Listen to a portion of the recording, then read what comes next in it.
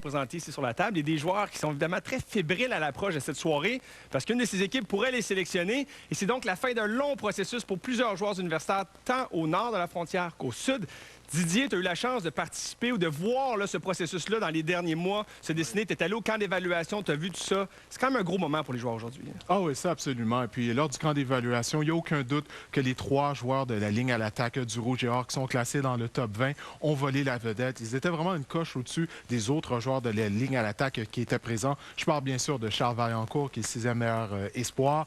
Également Philippe Gagnon et Jason Lausson-Séguin. Alors moi, j'ai bien hâte de voir quelle sera la destination finale pour ces 3 joueurs. Peut-être un Alouette, peut-être, qui sait, on ne saura pas. Oui. Pierre, qu'est-ce qu'on surveille ce soir? Bien, on va pour continuer dans la même idée que Didier. C'est clair que les joueurs de voler la vedette. Là. Parce que quand on regarde, on parle d'une possibilité de peut-être 6 joueurs de ligne d'attaque qui pourraient partir dans la première ronde. Wow. Et quand on regarde historiquement, les 4 derniers repêchages de la Ligue canadienne, donc depuis 2012 à 2015, 53 des joueurs sélectionnés en première ronde, des joueurs de ligne d'attaque. 18 sur 34. Alors, on sait qu'ils sont de mieux en mieux formés, les joueurs de ligne d'attaque, et c'est des joueurs qui peuvent contribuer quand même rapidement dans un alignement. Absolument. De ton côté, Bruno, on surveille les Alouettes, évidemment, ce qu'ils vont faire aujourd'hui. Ben, écoute, on a tous hâte de voir, parce que c'est la première fois que les Alouettes repêchent au 2e rang. Là. Ils ont toujours été plus bas. Ben oui. Donc, on a hâte de voir ce que Jim Pop va choisir de faire. Et il y a Laval. Moi, je m'excuse, mais là, est-ce que Laval va... Combien de joueurs de Laval vont être repêchés aujourd'hui? 5, 6? C'est incroyable, la cuvée qu'on a à Québec. Puis ce que j'aime, c'est, on va le voir aujourd'hui, mais c'est de plus en plus, c'est gros, la Ligue canadienne, le draft, le repêchage. Il y a des parties, on vit ça en famille. C'est un grand moment pour ces gars-là. Oui, absolument. On se souvient de ces moments-là quand on était repêchés. C'est des beaux moments, ça a changé. Moi, je me souviens de peser refresh. C'est ça, on leur dit. pas pareil. 5, hein, c'est ça. Là, oui, c'est ça. Là, c'est un peu plus glorieux que ça. Et écoutez, on a un autre collègue qui est avec nous pour couvrir ce repêchage. C'est Pascal Masson qui est à Québec. Il est avec un invité qui doit, lui, être heureux par les temps qui courent. Pascal. Bonsoir, messieurs. Je suis ici accompagné du gourou de la ligne à l'attaque, Carl Brennan. Donc, c'est un plaisir pour nous d'être ici ce soir. Carl, écoute, c'est 3 gars qui peuvent être repêchés du Rouge et Or. Un coach de position comme toi, ça doit être fier de ce genre d'exploit. Donc, comment tu te sens ce soir? Premièrement, je suis excessivement fier des gars ce soir. Je pense que je suis fier de tous les joueurs que j'ai l'opportunité et le privilège de coacher. Je pense qu'aussi, ça fait, avec 3 gars qui sont peut-être dans la première ronde, je pense une belle hommage aussi à la job de recrutement que coach Constantin fait ici avec le Rouge et Or. Effectivement, et on a remarqué ici ce soir aussi également un représentant des Alouettes de Montréal qui est dans la salle. Donc, on peut peut-être se douter que le 2e choix, il va y avoir un joueur de Laval qui va sortir. On a déjà 2 gars du Rouge et Or qui sont avec les Alouettes, Dominique Picard, Luc Brodeur-Jourdain. Comment on vivrait ça là, de ton côté, un 3e joueur qui se joint à sa ligne à l'attaque-là? Ben, un 3e, ça serait quand même extraordinaire qu'ils jouent sur la même équipe, les mêmes 3 gars de la même université. Je pense que c'est pour le football canadien, pour le football québécois, c'est une très belle chose. Effectivement, donc une grosse soirée qui s'annonce pour le Rouge et Or ici ce soir. À vous, messieurs. Merci beaucoup, Pascal, et merci beaucoup à Carl. Et là, c'est comme une entrée de jeu. Moi, je remarquerai, les gars, j'ai rien dit sur l'Université Laval. C'est mon alma mater. Je fais attention là, pour ne pas me faire traiter de favoritisme ou quoi que ce soit. Mais c'est effectivement unique. Je me souviens, l'année passée, on a parlé beaucoup des gars des Carabins. Le football au Québec se développe, il n'y a pas de doute. L'année passée, c'était Byron Archambault. On a eu des joueurs qu'on surveille. Cette année, c'est l'Université Laval. Vous les connaissez, Pierre, tu connais Carl Brennan. Tu es proche du programme, un ami de Glenn Constantin quand même de plusieurs années. Qu'est-ce qui fait la différence, justement, pour produire ces joueurs de ligne à l'attaque? Bien, Carl en a parlé. Moi, je pense que, évidemment, le premier ingrédient, c'est le recrutement. Hein? C'est comme recherche et développement. C'est recrute et développe. Donc, le recrutement, les joueurs, le talent brut que tu amènes dans le programme, après ça, tu dois le développer. Donc, tu as Glenn qui recrute bien avec ses adjoints. Tu as Carl Brennan qui développe son talent. Et le 3e ingrédient, c'est l'ardeur, les efforts mis par les jeunes. Là. Ouais. Ce sont les jeunes joueurs aussi qui ont décidé de bûcher puis de s'entraîner à 6 heures le matin puis de travailler en équipe puis d'accepter le concept d'équipe et les façons de faire de Laval. Donc, c'est ces 3 ingrédients-là qui font toute la différence. Là. Ben, puis à un moment donné, ce qui arrive aussi avec ce que tu viens de dire, c'est que là, tu développes une réputation. Ouais. Fait que là, le meilleur joueur de ligne à l'attaque au Québec, as-tu le goût, lui, de s'en aller jouer à Laval quand il voit le repêchage aujourd'hui? Ben oui. Ne veux pas, là. Tu sais que tu vas avoir le meilleur coach. Tu sais que tu augmentes tes chances d'aller dans la Ligue parce que tu as une renommée à Laval déjà qui est là. La Ligue canadienne, ils regardent à Laval pour trouver des joueurs de ligne. Oui, il n'y a aucun doute. Donc, le succès amène le succès, comme on dit, puis c'est une pépinière. C'est devenu ça depuis les années. L'année dernière, 2 joueurs qui ont été choisis en première ronde, 2 joueurs de ligne à attaque. L'année précédente, le premier show total, c'était Pierre Lavertu, un autre joueur de ligne de l'Université Laval. Ça pourrait donc être 6 en première ronde au cours des 3 dernières années. dernier. Bon, je vais arrêter de vanter l'Université Laval. On va poursuivre et on va regarder justement les 8 choix de première ronde. Parce que cette année, on a ajouté une ronde additionnelle. Donc, cette année, messieurs, 8 rondes. Pour la première ronde, seulement 8 équipes. Parce que l'année dernière, au repêchage supplémentaire, les Blue Bombers de Winnipeg ont décidé de sélectionner Garrett Wagner, secondaire de la NCAA. Ce qui veut donc dire qu'ils devaient donner un de leurs choix au repêchage. Ils ont donné leur choix de première ronde cette année. Alors, c'est pourquoi ils ne seront pas là. Mais ils auront quand même le 9e et le 10e choix au total. Et vous voyez donc l'autre, Saskatchewan, qui a terminé bon dernier avec une saison extrêmement difficile l'année dernière. Mais là, c'est une équipe revampée. Et à la toute fin, Edmonton, qui, eux, champions de la Coupe Grey, sélectionneront au 8e rang. Donc, eux qui ont affronté Ottawa. Et Ottawa, quelle belle surprise l'année dernière. On va en parler un peu plus tard, mais j'aimerais ça qu'on parle un peu de Saskatchewan. Ouais. Parce que on a fait le grand ménage et on a amené une équipe gagnante. On a essentiellement amené l'ensemble du groupe d'entraîneurs d'Edmonton, champion de la Coupe Grey, en Saskatchewan. On a frappé le gros coup. On a donné les clés de l'auto à Chris Jones, les coachs, directeurs du personnel. Il a fait le ménage à son tour. Exact. Il y avait beaucoup d'avions en partance d'Edmonton en Saskatchewan. Parce que le premier batch, c'était les coachs. Après ça a été les joueurs. Qu'est-ce que tu vois cette année en Saskatchewan, Didier?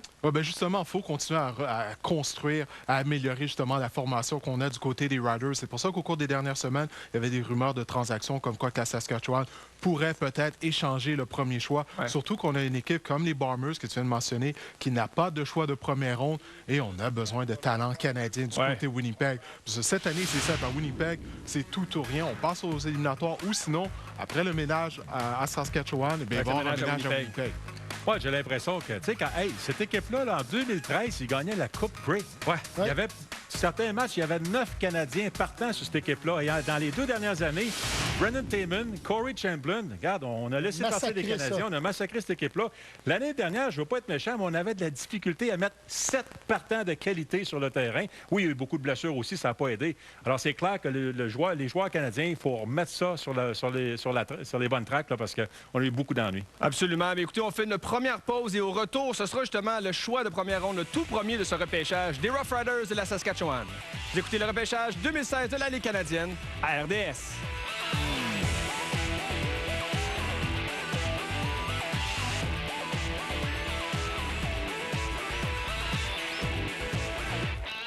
Si vous pensiez que le poulet popcorn de PFK était seulement pour les enfants, vous vous trompiez. Et si vous ne pensiez pas avoir à partager avec vos enfants, vous vous trompiez aussi. Goûtez-y dans notre poutine au poulet popcorn en faisant le plein pour 5 $.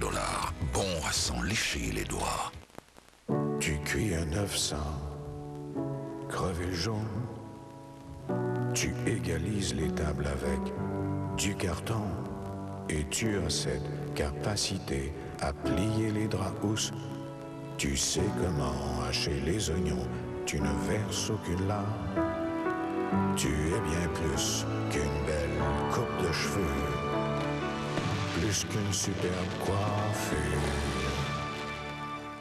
Un jour, tu commences à te mentir à toi-même. Tu te dis que tu es capable d'arrêter quand tu veux. Avant, mon mari était toujours de bonne humeur.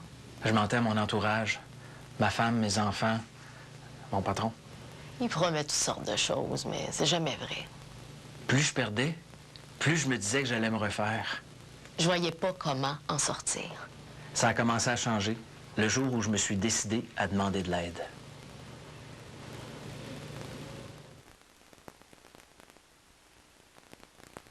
Le corps a besoin de fer pour rester fort et en santé. Votre pelouse aussi. Et l'engrais à gazon CIL Golf Green Iron Plus lui donne ce qu'il lui faut. Sa formule exclusive à libération lente contient 10 fois plus de fer qu'auparavant pour un gazon plus vert, plus rapidement, en aussi peu que 72 heures, c'est garanti. Et pour un ensemencement excédentaire, utilisez la semence à pelouse CIL Golf Green Sure Start Extreme.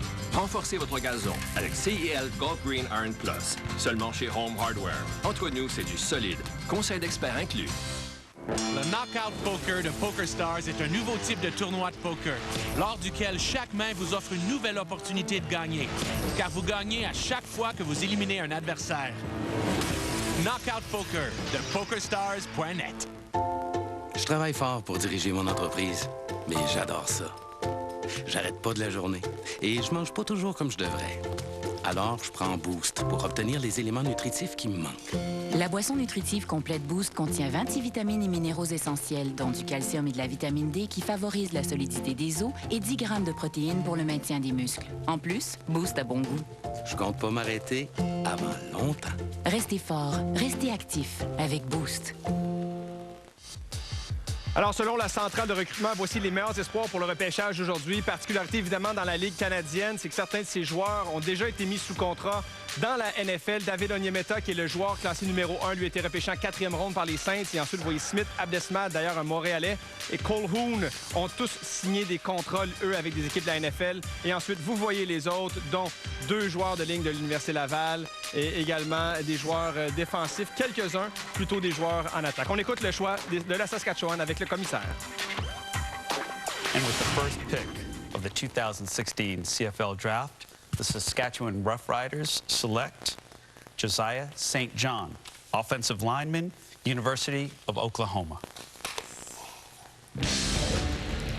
Alors voilà, messieurs, Josiah St. John, produit d'Oklahoma. Pas un gars qui a beaucoup d'expérience, pas joué beaucoup, mais c'est un énorme programme Oklahoma, on le sait bien. C'est un gars qui a un gros gabarit, sort de Toronto. Un gars qui a reçu des offres de scholarship dans plein de gros programmes. Didier, à quoi on s'attend de ce gars-là? Bien, tout ça, c'est bien beau. Mais bon, oui, il s'agit d'un gros bonhomme, mais j'en parlais avec Pierre avant l'entrée en ondes de l'émission. C'est pas un joueur qui a beaucoup d'expérience. Il n'a pas beaucoup d'expérience, oui. Bon, il a joué à Oklahoma, ça paraît bien. Il a joué dans la conférence du Big 12.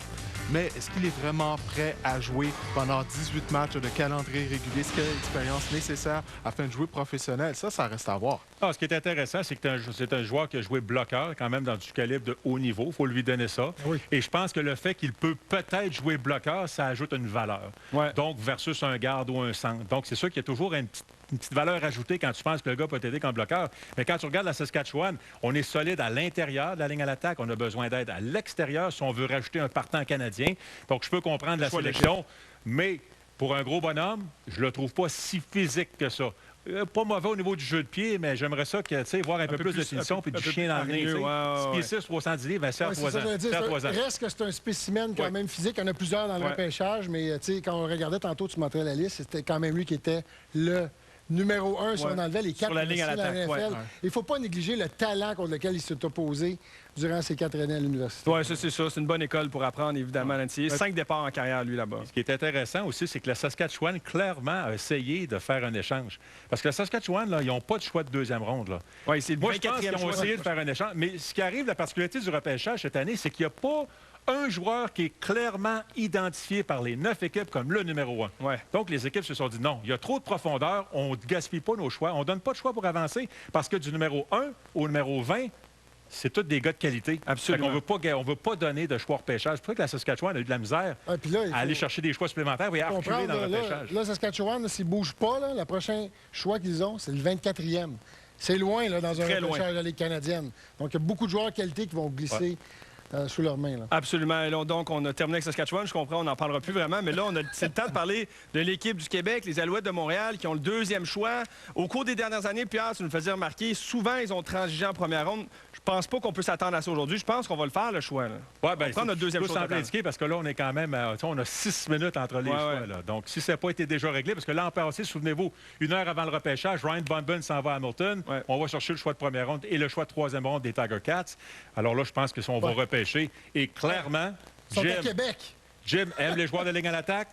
Ça donne que les bons joueurs de ligne à l'attaque qui sont au Québec. Hey, c'est quand la dernière fois que le gars des relations publiques des Alouettes était à Québec pour le repêchage? Moi, je pense qu'on va peut-être annoncer un nom québécois. Qu'est-ce que tu en penses, Didier? Qui tu vois partir? Bien, écoute, on sait à quel point c'est important les joueurs de ligne à l'attaque canadiens dans la Ligue canadienne. Ouais. C'est une raison pour laquelle les Alouettes avaient beaucoup de succès par le passé. Jason Lauzon-Séguin, le bloqueur à droite du Rouge et Or, est un joueur qu'on aime beaucoup du côté de l'organisation des Alouettes. Maintenant, Lauzon-Séguin est là. Charles Vaillancourt est là également. On a perdu George Burke via le marché des joueurs autonomes. Moi, j'ai l'impression que Lauzon-Séguin sera le choix des Alouettes. Et c'est intéressant puisque l'année dernière, on a choisi Jacob Ruby, un autre bloqueur sur la ligne à l'attaque. Donc, ce serait une belle compétition en 2 choix de première ronde. On va regarder rapidement, si vous permettez, messieurs, les acquisitions et les départs cette année chez les Alouettes. Et pas juste des joueurs canadiens, parce qu'il y a eu du mouvement quand même important. On voit les départs. Tu as parlé de Josh Burke, Corey Irvin sur la ligne défensive. Dans la tertiaire, Effney et Brown. Évidemment, Brown, lui, qui était là depuis déjà très longtemps. Les acquisitions, Duron Carter qui revient dans le nid des Alouettes.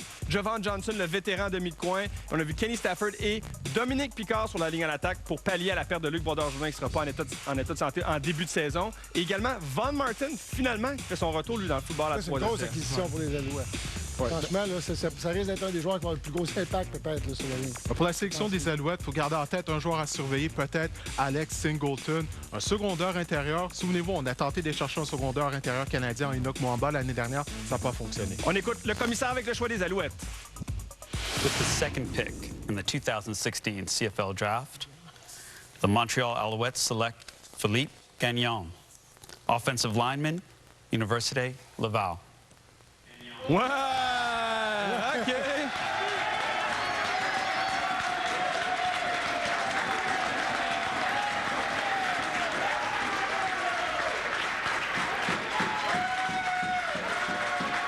All right. Donc, un beau moment. Évidemment, c'est drôle, hein, parce que finalement, ce qu'on réalise, Didier, tu as parlé de Vaillancourt, tu as parlé de Jason Lauzon-Séguin, c'est Philippe Gagnon. C'est pour dire vraiment, mais on avait de la difficulté à départager les trois. On les voyait changer de place dans les listes depuis le début de ce processus-là. C'est finalement Philippe Gagnon qui a été excellent, lui, au développé couché, un gars extrêmement puissant qui a été repêché. 40 répétitions au développé couché avec une charge de 225 livres. C'est un joueur robuste, c'est un joueur intimidant qui amène de l'attitude au niveau de la ligne à attaque des Alouettes de Montréal. Et ce qu'il ne faut pas oublier également, c'est l'âge de Luc Brodeur-Jourdain et de Dominique Picard. Là. Ils sont presque rendus au milieu de la trentaine. Picard est âgé de 35 ans. Alors, oui, Philippe Gagnon a joué à la position de garde, mais lorsqu'il a rencontré les équipes de la Ligue canadienne, lors du camp d'évaluation, on lui demandait « Est-ce que tu seras en mesure de jouer à la position de centre? » Il a dit que oui. Alors ça sera à surveiller parce qu'on n'a pas personne pour l'avenir à long terme à cette position du côté des Alouettes, mais c'est un joueur très, très robuste. Tu as parlé de Dominique Picard. Ça a été le joueur qui l'a influencé, en fait, à devenir un joueur professionnel, qui l'a inspiré. Alors, c'est quand même intéressant qu'il aura la chance de s'aligner avec lui. C'est parce que moi, ça m'impressionne à quel point, là. Je suis content qu'on soit allé du côté de Laval. C'est un autre joueur, on en parlait tantôt, de l'Université Laval, de ligne à l'attaque, qui s'en va jouer sur cette ligne des Alouettes. Produit québécois, un gars qui est capable de jouer à l'intérieur. Mais c'est ce que ça me dit, moi, quand je regarde ça. Puis, pas pour déborder, on peut revenir sur lui, mais ça veut dire que le bloqueur à gauche, on a peut-être décidé là, qu'on va y aller peut-être avec un Américain puis qu'on va y aller avec 4 joueurs de ligne à l'attaque. Parce que je peux pas croire que Ruby et Perrett, présentement, qu'on regarde en profondeur, c'est tout ce qu'on a. Oui, ça va être intéressant de voir justement le combat. Écoutez, les gars, je vous interromps parce que justement, Pascal Masson est avec Philippe Gagnon. Choix de première ronde des Alouettes. Pascal! Bonsoir, messieurs. Écoutez, avec un gars qui est très satisfait ce soir, je pense que Philippe, un petit gars de Québec qui a joué son football avec le Rouge et Or et qui se retrouve maintenant avec les Alouettes de Montréal, c'est pas un rêve, ça, pour toi? Ben, c'est sûr que c'est le fun. Je continue la progression naturelle, si on veut, d'un petit gars, comme tu as dit, qui a commencé à l'ancienne Lorette, qui a joué son collégial à Garneau au Québec, qui a joué après ça à l'Université Laval à Québec. Là, je reste encore avec l'équipe de la CFL de la Québec. C'est sûr que c'est le fun. Depuis que je suis petit, c'est l'équipe que j'associe à LCF à TV. Fait que c'est les autres que je vois depuis que je suis petit, donc c'est le fun. Et tu t'en vas rejoindre 2 grands anciens d'ici, Luc Brodeur-Jourdain et Dominique Picard sur la ligne à l'attaque. Je pense que c'est une belle position pour toi, justement, d'aller avec des vétérans de la sorte, hein? Oui, c'est sûr qu'il y a des vétérans de cette qualité-là, tu en veux tout le temps. C'est des gars qui peuvent te donner du bon mentorship, qui peuvent te prendre sur leur aile. Fait que c'est sûr que c'est vraiment le fun. Puis en plus, des gars qui ont passé par le programme de Laval, que je sais qu'ils ont la culture gagnante, ça fait partie de leur valeur. Je sais qu'ils vont prendre sur leur aile et qu'ils vont être en bas de main. Ils vont pouvoir te guider aussi. Hey, Philippe, félicitations. On est très fiers de toi, mon homme. Merci beaucoup, très apprécié. À vous autres, messieurs. Merci beaucoup, Pascal, et félicitations à Philippe. Bravo. Évidemment, tout un honneur pour lui d'être repêché au 2e rang total et par les Alouettes de Montréal. Puis comme il disait aussi, il va rejoindre 2 anciennes universités Laval. Je peux vous dire que c'est le fun de voir que le gars qui a fait le plus de répétitions au bench press, c'est aussi un excellent joueur de football parce qu'à chaque année, le king du bench press, il fait pas les équipes. C'est pas un bon joueur de football. Non seulement lui, c'est une brute, mais en plus, c'est un excellent joueur de football. Ça, je trouve ça le fun. C'est toute une combinaison. Oui, absolument. C'est une combinaison dangereuse. Un gars, ça va être intéressant de voir qu'est-ce qu'on va faire sur la ligne à l'attaque du côté des Alouettes de Montréal. On fait une pause et au retour, le choix des Lions de la Colombie-Britannique.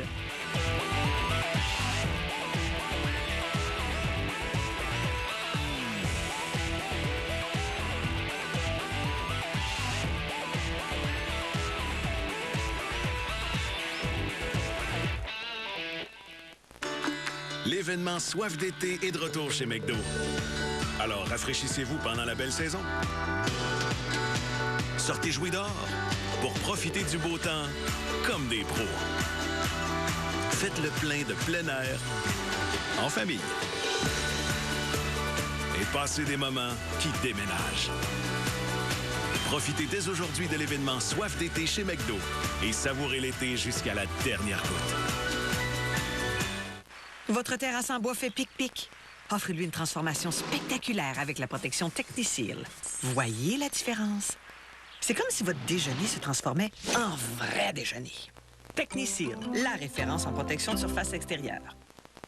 Tu cuis un œuf sans crever le jaune. Tu égalises les tables avec du carton. Et tu as cette capacité à plier les draps housses. Tu sais comment hacher les oignons. Tu ne verses aucune larme. Tu es bien plus qu'une belle coupe de cheveux. Plus qu'une superbe coiffure.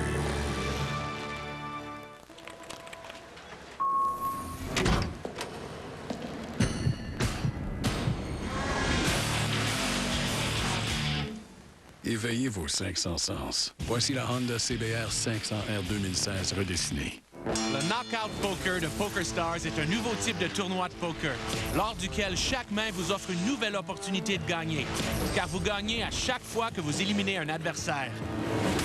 Knockout Poker de PokerStars.net. C'est une sorte de dieu et il s'apprête à renaître. Quelqu'un de plus puissant. S'il vous tient, il nous tient tous. Oubliez tout ce que vous croyez savoir. Vous n'êtes plus des élèves. Vous êtes des X-Men.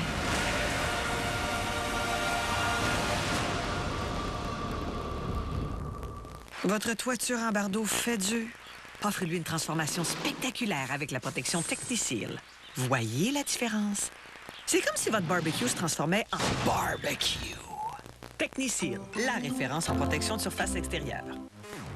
Alors, il y a une transaction pendant la pause. Les Lions ont échangé leur choix avec les Tiger Cats. Donc, les Tiger Cats, maintenant, qui sélectionnent au 3e rang, ils obtiennent également le 30e choix total, alors que les Lions ont le 5e et le 23e choix. On écoute le choix d'Hamilton avec le commissaire de la Ligue canadienne. With the third pick in the 2016 CFL Draft, the Hamilton Tiger Cats select Brandon Revenberg, offensive lineman, Grand Valley State University. Alors, joueur de ligne offensive, messieurs, qui a grimpé, lui, l'échelle, si vous voulez, des espoirs au cours des dernières semaines. C'est un nom qu'on n'entendait pas beaucoup, même pas dans le top 20, mais des équipes qui l'aimaient beaucoup, un gars qui a eu beaucoup de succès. 39 départs sur 46 matchs en carrière. L'ancienne université de Josh Berg, donc un produit canadien qui va aider leur ligne à l'attaque. Eux autres qui ont perdu quelques gars, donc on amène un peu de bœuf. Et ça nous prouve à quel point là, c'est très difficile de prédire leur repêchage, à quel point c'est imprévisible. Ouais. Est-ce que ça veut dire qu'Hamilton croyait que Toronto allait choisir ce gars-là? Parce que là, Hamilton s'est arrangé pour passer de 5e à 3e, de passer devant Toronto. Ça aussi, c'est toujours le côté intéressant du repêchage. Absolument. Une fois ton gars est là, on peut-tu avancer? Et clairement, BC s'est dit, garde, on recule à 5, on va chercher le 23e choix, on ajoute un choix à notre repêchage, et au 5e rang, on a clairement un joueur qu'on aime. Voilà, c'est ça la stratégie, là. De toute évidence, on le voit, là, c'est ligne à l'attaque. Et ligne à l'attaque, on s'en doutait, mais c'est vraiment ce qui se passe présentement. Et là, c'est de voir, c'est selon l'évaluation que toi, tu en as faite en tant qu'équipe. De toute évidence, les Tiger Cats, eux autres, le voyaient très, très haut dans leur liste. Ils pensaient sûrement que Toronto l'avait aussi. J'ai bien hâte de voir, mais il y a l'embarras du choix côté ligne à l'attaque, là, présentement. Là. Parce que des gars qu'on pensait qui étaient déjà partis sont encore là. Allons-y avec maintenant les Argonauts de Toronto qui doivent sélectionner. C'est le compte à rebours qui est parti pour eux, messieurs. Et voici les acquisitions et les départs pendant la saison morte. Vous avez vu Josh Burke, Brian Balky qu'on était cherché avec les Tiger Cats Hamilton, Gerald Brown, donc deux anciens Alouettes qui se retrouvent là, Brian Hall, Keon Raymond, donc beaucoup de vétérans qu'on est allé chercher du côté des Argonauts. Et on a laissé partir quelques joueurs, mais celui qui retient l'attention, c'est Trevor Harris. Messieurs, on a fait un choix pendant la saison morte. On avait Ricky Ray. On a décidé d'y aller avec Ricky Ray. Une bonne décision, d'après vous? surprenante d'après moi, parce que Ricky Ray, bon, il est rendu à la fin de la trentaine ou presque, a subi plusieurs blessures à l'épaule, aux épaules, a subi des interventions chirurgicales. Et Trevor Harris nous a montré qu'il était de calibre à être carrière partant dans la Ligue canadienne de football. Moi, ça m'a vraiment surpris qu'on y aille avec le vétéran plutôt qu'avec le jeune. La seule chose que je pourrais dire, c'est que quand il y a un moment donné est arrivé le moment où Ricky Ray, on parlait qu'il reviendrait, Trevor Harris, au lieu de monter son calibre, a descendu ses performances. Et ça m'a déçu de sa part. Parce qu'il avait connu tout un début de saison. Je t'interromps parce que le commissaire il est prêt, il t'attend. C'est correct, ça roule. On va écouter le commissaire avec le choix, justement, des Argonauts de Toronto. With the 4th pick of the 2016 CFL Draft, the Toronto Argonauts select Brian Jones, receiver, Acadia University. Alors voilà, premier joueur autre qu'un joueur de ligne à l'attaque qui est sélectionné, Brian Jones. Il avait des problèmes de santé, on le disait dans son cas, mais visiblement que les Argonauts ont fait les tests nécessaires pour pallier et s'assurer en fait qu'il était en bonne santé. Un grand receveur, un gars avec un bon gabarit qui a connu beaucoup de succès à Acadia. Tu l'as vu au camp d'évaluation, Didier, c'est quoi ton évaluation de ce receveur? Ben écoute, tu as parlé de son gabarit, c'est la première chose qui saute aux yeux, près de 6 pieds 4 pouces. Il ne faut pas oublier, comme ça a mentionné, la blessure qu'il a subie, c'est une blessure à un pied qu'il a subie il y a quelques semaines. Il y avait des gens qui disaient qu'il allait probablement chuter en raison de cette blessure, mais il faut croire que, comme ça mentionné, les Argonauts ont fait leur devoir. Mais hey, Charles Vaillancourt est toujours disponible. Il n'y a personne, je crois, qui aurait prédit ça il y a à peine une heure de ça. Ouais, puis ça, c'est un gros bonhomme-là, 6 pieds 3, 6 pieds 4, 230 livres. Mais moi, ce qui m'a impressionné, c'est les tests au camp d'évaluation. Tu dois changer de direction. Des déplacements latéraux, des changements de direction, explosion, il était exceptionnel. Donc, c'est un gros gabarit qui va aller chercher les attrapés contestés. Pas encore de le comparer à quelqu'un, mais à qui tu le comparais? Il y a du monde qui compare même déjà à Andy Fantos, qui ont fait des comparaisons. C'est un gros bonhomme, rapide, agile. On entendait Jason Claremont, l'ancien de BC et des Riders. Mais c'est un gars qui peut t'aider pour le jeu au sol. Il est assez physique. On voit le Tomac. Il regarde la rapidité, l'accélération. C'est un beau gabarit. Encore du travail à faire pour finir le tracé de passe, comme c'est toujours le cas, mais vraiment, là, un beau potentiel. Et on n'a pas peur du côté des Argonauts d'aller chercher des joueurs, ce qu'on appelle des skills position, des athlètes. Hein. Vous vous souvenez, on a cherché Anthony Coombs, qui a bien joué. Andre Drury a beaucoup joué. Et là, on récidive avec Brian Jones. Ça a rapporté. Scott Milanovic aime ça, avoir des joueurs de position canadiens. Brian Jones rentre dans le moule. Oui, puis il faut le dire, là, Toronto, c'est probablement une des équipes en ce moment qui est le mieux nanti en canadien. Quand tu regardes ça autour, là, eux autres, ils pouvaient se permettre de même faire un choix pour de la profondeur, pour le futur. Il n'y a pas besoin vraiment de quelque chose maintenant, absolument. Oui, puis les receveurs canadiens, tu sais, dans les bonnes années des Argos, tu avais des petits gars comme Spencer Watt, là, qui est rendu à Hamilton, un gars comme Mike Bradwell. Andre Drury, il est souvent blessé, c'est dommage, mais tu sais, on n'a jamais comblé le départ, les pertes au niveau des receveurs canadiens. Puis là, on le fait avec Brian Jones. Ouais, c'est une excellente acquisition pour eux, j'en suis d'accord. Je pense qu'il va contribuer si, justement, il est en santé. Là, ce sont les Lions de la Colombie-Britannique, maintenant, messieurs, qui sont sur le board, comme on peut dire. Tu disais, justement, Vaillancourt est toujours disponible, considéré par plusieurs comme le meilleur espoir. Il pouvait partir, même jusqu'à aujourd'hui, on pensait peut-être qu'il partirait le premier au total. Il est à Québec, il attend que son nom soit appelé. Est-ce que Vancouver, c'est un bon endroit pour un joueur de ligne de se développer? Bien, écoute, on a un besoin à la position au niveau de la Ligue intérieure, que ce soit à garde ou centre. On a même utilisé un Américain partant pour son centre. L'entraîneur de la ligne à l'attaque, c'est un bon chum à Carl Brennan. Oh, on va voir s'il y a un lien. On écoute. 2016 CFL Draft. The BC Lions select Charles Vaillancourt, offensive lineman, University Laval. Some happy BC Lions fans. Alors voilà, Charles Vaillancourt qui traversera le pays au grand complet pour s'en aller dans une des plus belles villes du monde, messieurs, à Vancouver, pour jouer son football. Sera entraîné par Wally Bono. Et tu disais, Pierre, c'est intéressant ce que tu as mentionné juste avant le choix. Carl Brennan et l'entraîneur de la ligne d'attaque sont de très bons amis, donc il a eu l'information, tous les détails. On a fait nos devoirs, on est convaincus de notre choix si on est allé chercher Charles Vaillancourt. Oui, puis tu sais, Dan Durazo, l'entraîneur de la ligne d'attaque, qui est venu aider le Rouge et Or parfois dans les camps de printemps. Carl Brennan passe beaucoup de temps avec lui. Donc, puis Charles Vaillancourt, écoute, moi, le mot qui me vient en tête immédiatement, c'est un mot qui commence par P. Pas juste potentiel, mais production. C'est un gars que, dès les premiers moments qu'il est rentré dans le programme du Rouge et Or, il a contribué. C'est un partant pendant 4 ans. Il a été sur l'équipe d'étoiles canadienne pendant toutes ces années-là. Incroyable. C'est un bonhomme physique. C'est un mauler. Tu sais, l'expression anglaise, c'est un gars qui va t'engober, qui va te déplacer. C'est un gars qui a un gros gabarit et qui est capable de jouer du gros football avec un peu de chien dans le nez. Là. Ouais. Je vais rajouter un P. Il est prêt. On dit de lui que c'est peut-être dans tous les joueurs de ligne à l'attaque, sur le draft, sur le pêchage, cette année, le plus prêt à jouer maintenant. Donc, c'est toute une acquisition, honnêtement. Je pense pas que BC pensait que Vaillancourt était pour être là. à leur choix. Alors justement, avec le choix des Lions de la Colombie-Britannique, on va rejoindre notre collègue Pascal Masson. Pascal, à toi. Alors ici avec Charles Vaillancourt. Écoute Charles, une soirée incroyable pour le Rouge et Or, mais je pense que c'est un beau chemin, une continuité pour toi. Comment te sens-tu en ce moment? Il n'y a aucun mot pour définir comment on se sent en ce moment. C'est incroyable, se faire repêcher, je te dirais, une soirée qui va être gravée dans mes mémoires pour très longtemps. Effectivement, et tu as eu tout qu'un hiver, tu as un mini-camp avec les Giants de New York, et là aujourd'hui, le repêchage, je pense que tu es un joueur qui a beaucoup de gros objectifs. Pourquoi? À court terme, là, c'est quoi tes objectifs qui s'en viennent? En ce moment, c'est de me faire une place au sein de l'alignement partant. Je te dirais, là, on set la barre haute, je veux pas, mais en ce moment, je travaille pour ça, puis on va essayer de se rendre là. Exactement, puis tu as travaillé fort tout le long pour ça. Puis là, tu t'en vas à BC, mais tu vas être le seul représentant du Rouge et Or. Tu vas pas rejoindre de coéquipiers. Tu es maintenant le seul maître là-bas du Rouge et Or. Hey, je pense comment tu vois cette option-là pour toi là, de te définir en tant que Rouge et Or là-bas. Ah, ben écoute, je vais amener la fierté du Rouge et Or là-bas, la culture que j'ai, mon éthique de travail que j'ai pu peaufiner durant mes années à Laval. Puis, on sait qu'à Laval, on est tellement fiers de nos joueurs, de notre éthique de travail. Puis c'est surtout ça que je vais ramener. C'est ça que je vais rapporter à...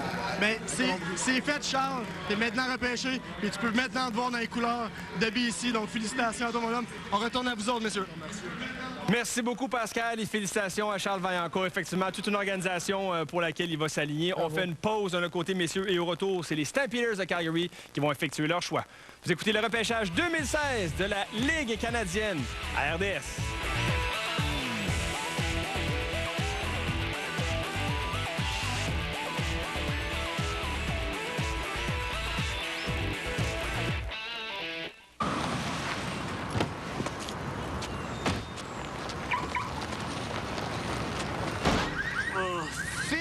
Auto. Le premier mot auquel on devrait penser après un accident. J'ai hâte de l'essayer, en fait. J'aime le démarrage chantelé. C'est le plus gros toit ouvrant que j'ai vu. La puissance du moteur est très bonne. La tenue de route est excellente. La caméra de recul, là, ça va super bien. J'ai pas le goût de retourner dans ma voiture. Vous aussi faites l'essai des très primés Sorento, Soul et Optima de Kia. Pendant l'événement L'essayer, c'est l'adopter, courez la chance de gagner l'un des 30 forfaits expérience de 10 000 $. Passez chez Kia faire un essai dès aujourd'hui. Je recommande une Kia. Tu cuis un 900, crever le jaune. Tu égalises les tables avec du carton. Et tu as cette capacité à plier les draps housses. Tu sais comment hacher les oignons. Tu ne verses aucune larme. Tu es bien plus qu'une belle coupe de cheveux. Plus qu'une superbe coiffure. Une saison de hockey, ce n'est vraiment pas donné. D'un autre côté, il y a le plein à 5 $ de PFK. Avec du poulet croustillant, un biscuit et une boisson. Extra croustillant, extra délicieux. Bon à s'en lécher les doigts. Le Knockout Poker de PokerStars est un nouveau type de tournoi de poker, lors duquel chaque main vous offre une nouvelle opportunité de gagner, car vous gagnez à chaque fois que vous éliminez un adversaire. Knockout Poker de PokerStars.net. Bon, c'est le temps de se lever, de partir. C'est le temps d'y aller, de se relever.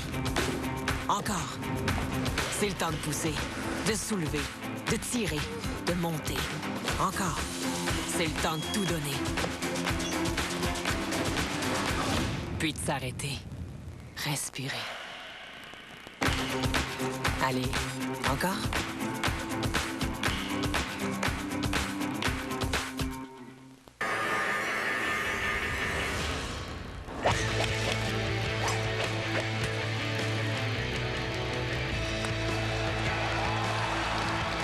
Ne manquez pas le golf de la PGA, seulement sur RDS 2.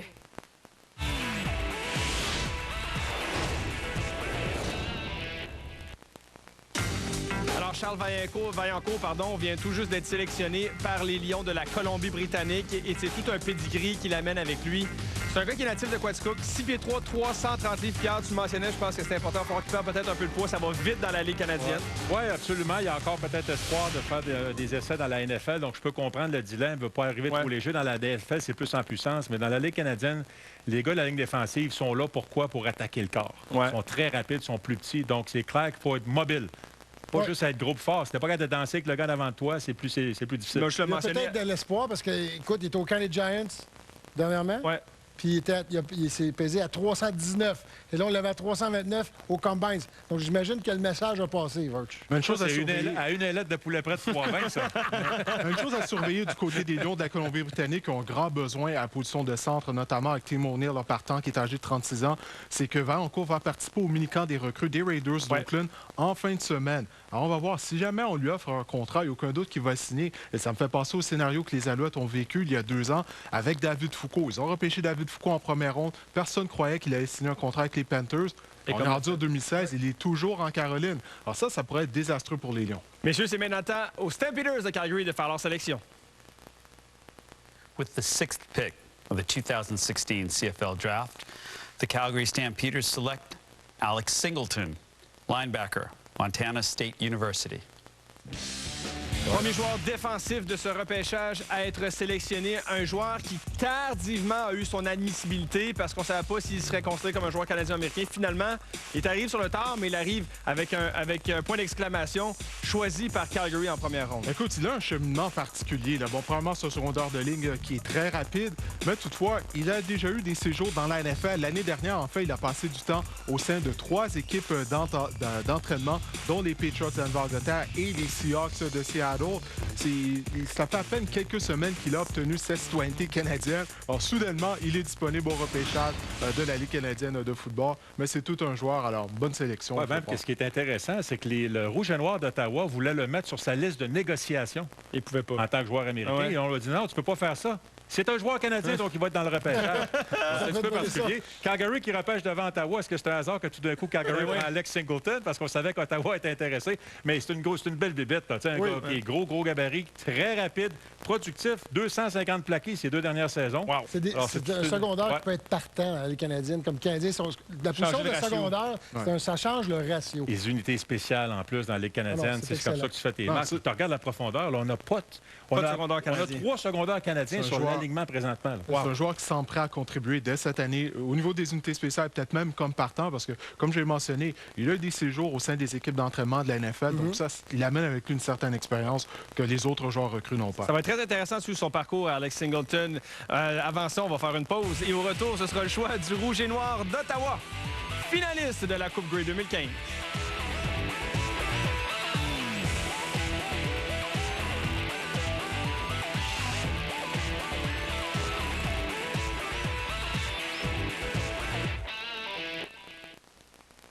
Tu cuis un œuf sans crever le jaune. Tu égalises les tables avec du carton. Et tu as cette capacité à plier les draps housses. Tu sais comment hacher les oignons. Tu ne verses aucune larme. Tu es bien plus qu'une belle coupe de cheveux. Plus qu'une superbe coiffure. Si vous pensiez que le poulet popcorn de PFK était seulement pour les enfants, vous vous trompiez. Et si vous ne pensiez pas avoir à partager avec vos enfants, vous vous trompiez aussi. Goûtez-y dans notre poutine au poulet popcorn en faisant le plein pour 5 $. Bon à s'en lécher les doigts. On vient de changer de maison. On est super contents. On en a trouvé une avec pas trop de rangement. Il n'y a pas de place. Avec une cuisine pas fonctionnelle du tout. Et des plafonds très bas. Très bas. Ah oui, hein? On change pas de maison pour le pire. Même chose pour votre assurance. Changez pour mieux et économisez sur votre assurance auto et habitation. Promutuelle Assurance. Changez pour mieux. Et en plus, on a un minimum de fenestration. Oui. On voit rien.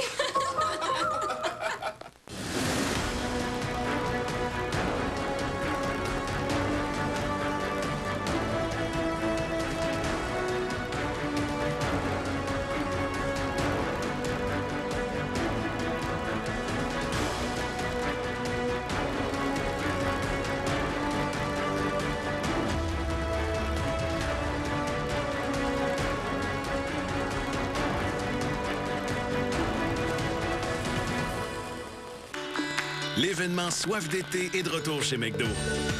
Alors rafraîchissez-vous pendant la belle saison.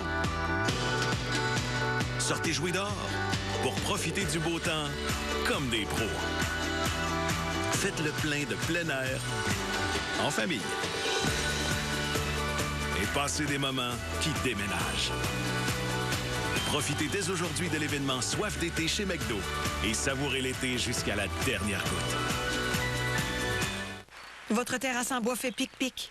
Offrez-lui une transformation spectaculaire avec la protection Techniseal. Voyez la différence? C'est comme si votre déjeuner se transformait en vrai déjeuner.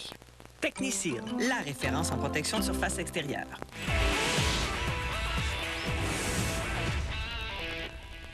With the 7th pick of the 2016 CFL Draft, the Ottawa Redblacks select Jason Lauzon-Seguin, offensive lineman, Laval.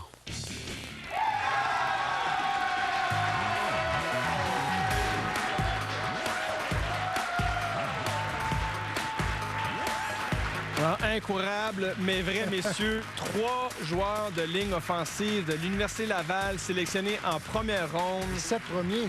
Dans les 7 premiers. J'ai pas de chiffre à l'appui, mais je suis pas mal certain que c'est la première fois qu'une ligne à l'attaque universitaire canadienne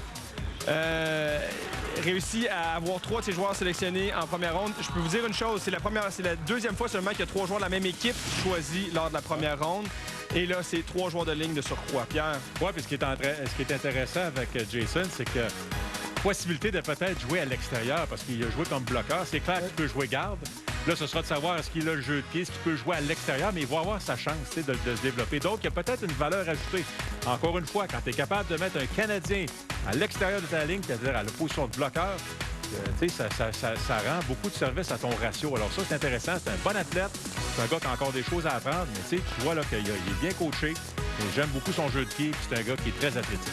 Ouais, lorsque je parlais à des dépisteurs de différentes équipes de la Ligue canadienne, ils me disaient que Lauzon-Seguin est probablement des 3 joueurs de ligne à l'attaque du Rouge et Or qui a le plus grand potentiel. Moi, j'avais été surpris parce que j'avais entendu ça, mais je ne l'ai pas entendu seulement d'un dépisteur, mais de plusieurs. Alors, ce sera très intéressant de suivre le développement et voilà, de ces 3 joueurs-là au cours de leur carrière. Alors, exactement. Puis le fait qu'il peut peut-être jouer à l'extérieur, ça, c'est non négligeable. Mais tu sais, tantôt, tu sais, Charles Vaillancourt, c'est lui qui est le plus prêt. Tu sais, tu le prends, tu le mets dans l'alignement, let's go. Peut-être qu'à long terme, un gars comme Lauzon-Seguin, peut-être qu'il va t'en donner plus à différentes positions. C'est ça qui est intéressant aussi. Un produit du cégep de Valleyfield. Et on va rejoindre Pascal Masson, qui est avec, justement, Jason Lauzon-Seguin. Pascal. Yeah, exactement. 3e joueur de ligne de l'attaque, à l'attaque repêché. Comment tu te sens aujourd'hui? Super satisfait, super content. Je suis super content que les 3 soient sortis en première ronde. Je pense que les 3 on le méritait super bien. Et super content d'être à Ottawa. C'est près de chez mes parents, donc super content. Un beau développement que tu as connu au cours de ta carrière. Hein? On le sait, tu es sorti d'un collégial de Division 3 pour te rendre jusqu'au genre et aujourd'hui au niveau professionnel. C'est quand même un cheminement incroyable de ton côté. Ah, ben c'est sûr. En même temps, il y a des super bons athlètes dans toutes les divisions. Puis super content moi, d'avoir joué au Noir et Or à Valleyfield. Puis l'équipe d'entraîneurs là-bas, c'est une super équipe d'entraîneurs, des anciens du Rouge et Or. Je pense à Maxime Birubé, Steve Landry, aussi des anciens de l'Université de Carabin qui étaient là avant. Donc, un super bon programme avec des bons entraîneurs qui forment des bons athlètes. Il était reconnu pour être un des rares bloqueurs disponibles au repêchage. Est-ce que tu te vois jouer à cette position-là l'année prochaine? Écoute, moi, je me vois jouer où est-ce qu'ils vont me placer. Dans le fond, là, je vais bloqueur comme garde. Je suis convaincu que je peux faire la job. Félicitations, Jason. Je te souhaite une belle continuité. Merci. À vous autres, monsieur. Merci beaucoup, Pascal, et félicitations à Jason Lauzon-Seguin. On fait une courte pause et au retour, Edmonton aura à sélectionner son choix de première ronde.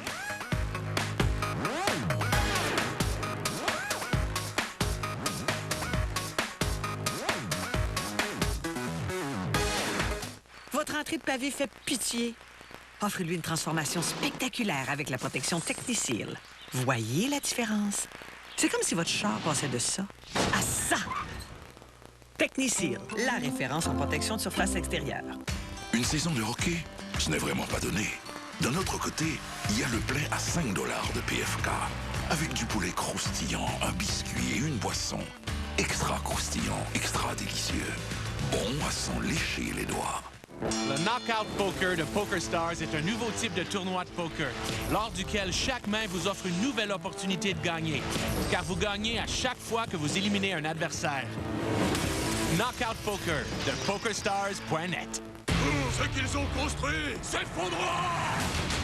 Je crois qu'il faut espérer le mieux, tout en préparant le pire. Le monde a besoin des X-Men. Partout en guerre. Bonne chance.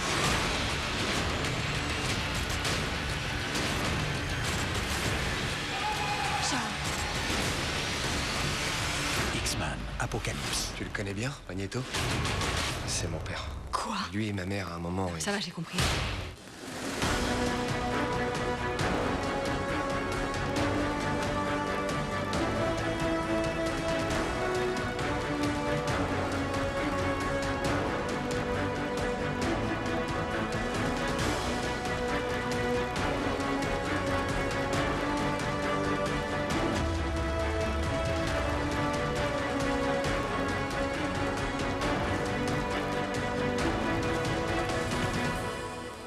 Moi, je travaille dans l'industrie de la construction. Puis mon syndicat, c'est l'Inter. Parce qu'on est numéro 1 partout en Amérique du Nord. Que mon représentant a déjà fait mon métier et qui est là quand j'en ai besoin. Fais comme moi, choisis l'Inter. C'est le syndicat, le choix des pros.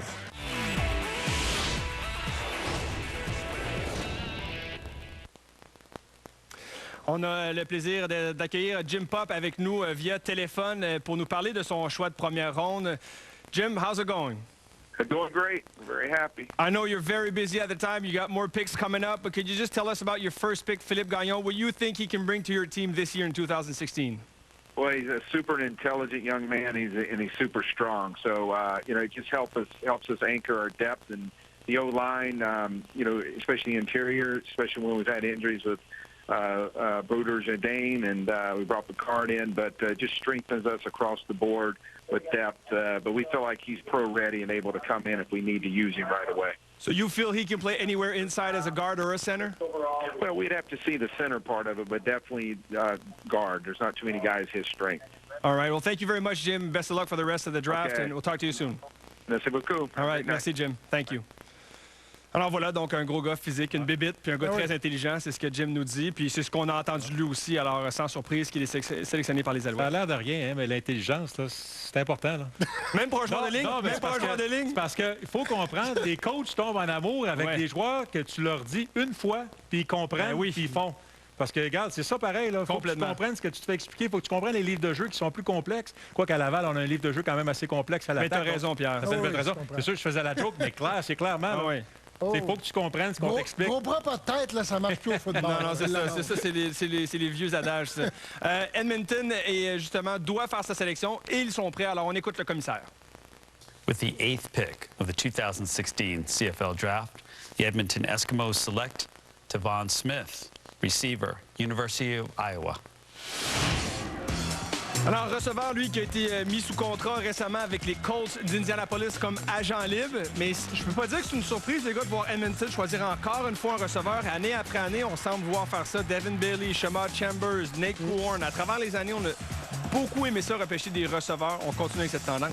Oui, puis on vient de repêcher un receveur en Smith qui a le même style de jeu qu'avait Ed Hervey, le directeur général des Eskimos d'Edmonton. Un ancien sprinter, tout comme Smith. Donc, très rapide, mais très rapide en ligne droite. C'est ce qu'on lui reproche. Pas nécessairement un joueur qui a d'excellents changements de direction, a réussi un chrono sous les 4 secondes et 40 centièmes aux 40 verges. Alors, on verra s'il va rester avec les Colts ou s'il sera au camp des Eskimos. Si on se fie dans le passé, les receveurs canadiens qui signent avec des équipes de NFL, comme ça, on pense à Sam Gigard, on a tendance à leur donner au moins un an, là, minimum. Donc, ça me surprendrait qu'on le voit avec les Eskimos cette année, selon moi. C'est un gars qui a été pas du tout. Il a quand même joué dans un gros programme avec Iowa, puis lui, il n'est pas arrivé, puis il n'a pas été redshirt la première année. Non, il a joué dès sa première année, il a contribué. Donc, c'est un gars qui a quand même beaucoup d'expérience au niveau de la NCAA, au niveau du football universitaire. Mais comme Didier l'a dit, il est avec les Colts, qu'est-ce qui va se passer? Donc, écoute, les Eskimos se sont dit, regarde, on va prendre une chance. C'est un pic pour le futur. Un choix pour le futur. Absolument. S'il faut l'attendre, on l'attendra. Et s'il vient, ça va être tout un joueur dans la Ligue canadienne, tant que moi, de ce qu'on a vu sur les films. Oui, j'ai bien hâte de voir. Et Jason Moss, l'entraîneur-chef, va sûrement s'amuser avec un jouet comme celui-là. J'en ai pas de doute. Il est très créatif. En plus. Exactement. Pendant que tu peaufines tes tracés, là, ben, va-t'en en ligne droite, puis amène le maraudeur avec toi, amène la couverture avec toi, puis nous, on va s'amuser dans les zones intermédiaires. Ça ressemble à ça. Fait la vitesse. Ouais. Messieurs, je veux juste revenir sur ce statistique, justement. C'est la deuxième fois seulement de l'histoire que 3 joueurs sont sélectionnés d'une même université en première ronde. La dernière fois, c'était en 2013, lorsque Lyndon Gadosh avait été le tout premier choix, lui, avec les Tiger Cats. Mike Elim, Steven Nambala, c'était 3 produits des Dinos de l'Université Calgary. Et cette année, en 2016, Gagnon, Vaillancourt et Lauzon-Séguin. Donc, c'est seulement la deuxième fois qu'on voit 3 joueurs choisis en première ronde. Donc, évidemment, la première fois qu'on voit 3 joueurs de ligne attaque choisis en première ronde. Si vous permettez, on va récapituler cette première ronde également parce qu'elle est terminée. On sait qu'il y a seulement 8 choix en raison de, justement, cette paire de choix du côté des Blue Bombers de Winnipeg.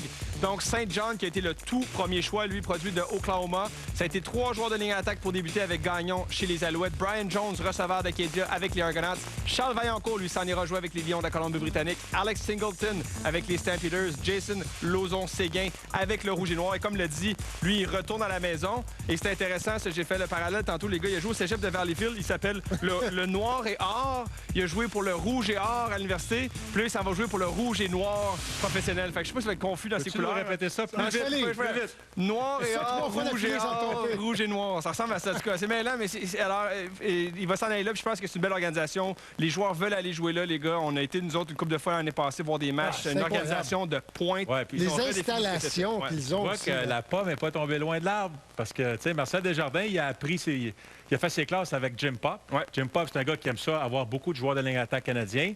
Puis on fait bien ça. L'an passé, c'était Alex Mathias. Alors, pour une deuxième année consécutive, le Rouge et Noir repêche un joueur de ligne à l'attaque en première ronde. Donc, on veut suivre une recette gagnante. Un joueur talentueux, ça aide également pour le marché francophone en Outaouais également. Oui. Alors, écoute, on peut pas c'est un gars du coin, justement, il disait c'est pas loin, ses parents habitent pas loin, donc évidemment, il a fait son secondaire à Hawkesbury. Donc, c'est un choix parfait au niveau publicitaire et au niveau sur le terrain. Je pense qu'il va offrir tout ce que le Rouge et Noir. On peut-tu dire qu'il n'y a pas eu trop de surprises en première ronde? On savait que c'était pour être la ligne à l'attaque. 5 joueurs de ligne à l'attaque sur 8, c'est quand même bon. Tu avais dit 6? C'est quand même pas essentiellement 6. 5, c'est bon. Écoutez, messieurs, c'est maintenant au tour de Winnipeg qui auront les 2 prochains choix. Tu nous as parlé en début d'émission, Didier, et je trouvais ça intéressant parce qu'on a fait le ménage en Saskatchewan parce qu'on n'a pas réussi à garder notre talent canadien, à faire produire notre talent canadien. C'est un peu la même chose à Winnipeg. À travers les années, quand on regarde ce qu'ils ont fait avec le repêchage, ça a été pathétique. C'est le moins qu'on puisse dire. On n'a jamais réussi à trouver des joueurs qui étaient productifs. C'est le temps là, de redorer notre blason un peu du côté des Blue Bombers. Oui, parce que c'est la raison principale pour laquelle, depuis notre participation au match de la Coupe Grey en 2011, on n'a presque pas eu de succès du côté des Blue Bombers de Winnipeg. C'est au niveau du talent canadien. On a fait faillite en termes de talent canadien il y a quelques années. Et puis là, cette année, c'est simple pour le directeur général Carl Walters et pour l'entraîneur-chef Mike O'Shea. Ça passe ou ça casse. On a fait l'acquisition via le marché des joueurs autonomes d'Andrew Harris, demi à l'attaque étoile. Mais s'il n'y a pas de trou pour Harris, peu importe, il est très talentueux, mais comment il va faire pour gagner des verges? Comment on va faire afin de bien protéger notre carrière? Drew Willie, ça prend des joueurs de ligne à l'attaque canadien, ça prend du talent canadien du côté de Winnipeg. Sinon, on va passer le balai. Mais je suis tout à fait d'accord. On a quand même eu des bons shows au cours des 2 dernières années avec Suk Chung, Mathias Goossen, mais après ça se gâtait les années avant, mais c'était pas Carl Walters qui était là. Non. Alors... Oui, ça, je l'ai dit, c'est quand même...